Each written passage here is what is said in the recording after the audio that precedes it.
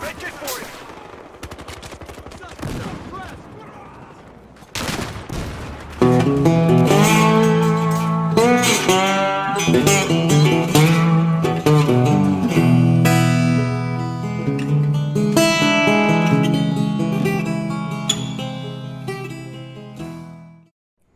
Hello again, fellow YouTubers. So, Battlefield Hardline was finally released last week.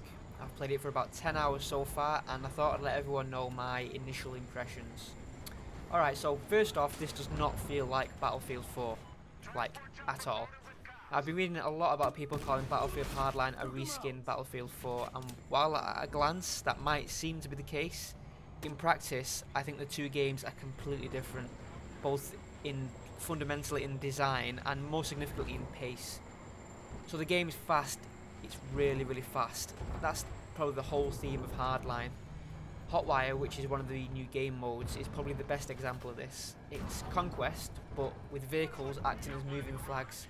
To capture flags, you've got to drive fast and stay at a high speed to maintain the flag for your team. And this mode is probably the highlight of Hardline for me so far. It creates some really intense moments, like when you're desperately trying to outmaneuver a guy in another car who's on your tail, or when you're in an epic high-speed car chase trying to stop an enemy from holding their car's flag. And the pace is absolutely breakneck, and honestly, I'm having a really good time with it. Aside from Hotwire, you have of course got more traditional Battlefield modes such as Conquest, but other new modes include Heist, which sees a team of defending cops attempting to stop a team of attacking robbers from stealing a couple of objectives and returning them to designated areas on the map, and another one called Blood Money, where both cops and robbers have to return piles of cash back to their team's vault. Also, there are two Counter-Strike inspired modes called Rescue and Crosshair. These tend to work best with a maximum of around 10 players, so squad versus squad, and actually afford you quite a bit of tactical depth. Rescue, which has you attempting to extract a hostage as the cops or prevent that as the criminals, is quite satisfying if you play with the right group of people, although as of right now the mode seems devoid of many players, which is odd and quite disappointing really. Hopefully that'll perk up a bit as we go forward though. So gameplay wise, what have I noticed different from Battlefield 4? Well, to begin with, there's less of everything. There are less guns than there were in Battlefield 4, less vehicles, you won't really be finding tanks or jets in the hands of a SWAT team, less customization and less upgrades. However, this isn't really a bad thing. Quality over quantity is key here, I think. I always thought Battlefield 4 was bloated. There were too many weapons, too many modes, and ultimately too much needless crap. I never used 80% of the weapons from the base game, let alone any DLC. So with Hardline's more stripped down approach, does that mean more focus on balance? Well, not quite. There are still overpowered weapons. The M416, for example, is an insanely effective weapon. It's good at everything, meaning once you unlock it, there really is no reason to use any other gun. Also, the 870 shotgun is also verging on OP, if not OP already. This thing has ludicrous range, and said range and damage can be increased further with slug rounds. Here I'm playing a map called The Block on Team Deathmatch with 64 players. It's ridiculous really. I mean, just look, there's so much going on, I can barely process it all. The playing area feels like it's a third of the size of Operation Metro from Battlefield 3 and 4, and it's an absolute meat grinder. I mean, the spawns are completely broken as well. I've actually spawned in directly behind enemies of quite a few times now. I'm talking like 5 feet away. It's an absolute mess and it definitely needs fixing. One thing I do like though is the new unlock system. In Battlefield 4, if you wanted to get a certain weapon for a certain class, you had to essentially grind your way through that class to get it. In Hardline, that dull style of progression has been dropped in favour of a new currency-based system. Killing players, capturing objectives and just being a good team player all get you cash. With that cash you can unlock new weapons, attachments, gadgets and vehicle upgrades in whichever order you like. So now you've got complete freedom over what you want to get.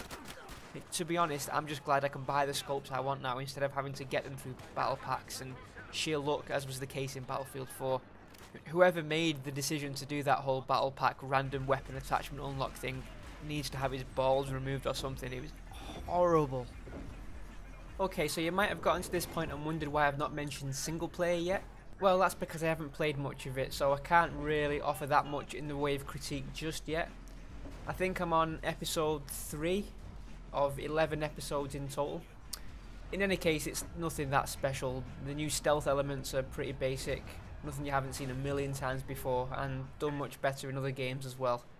Still, it does seem relatively inoffensive and likely better than the abysmal offerings of DICE's last 2 Battlefield games. Let's not forget how absolutely atrocious those were. I don't think you unlock any weapons for multiplayer by playing through single player this time around, but you do unlock battle packs for use in multiplayer, so that's something at least. Battlefield Hardline then. Is it better than Battlefield 4, and is it worth picking up? Currently, I'd have to say it depends.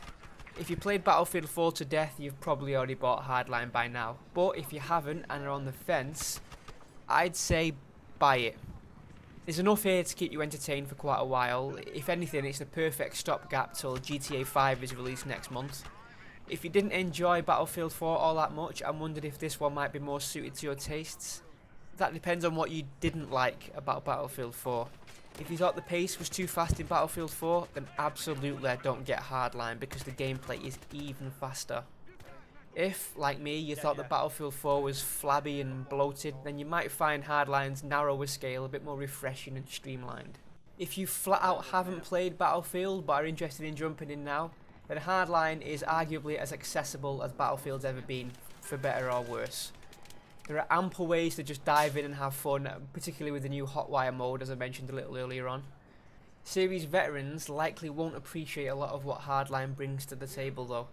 With the increased emphasis on fast, COD-like gameplay, lack of military vehicles and gadgets and smaller maps, many will just wait till Battlefield 5, and frankly I wouldn't blame them.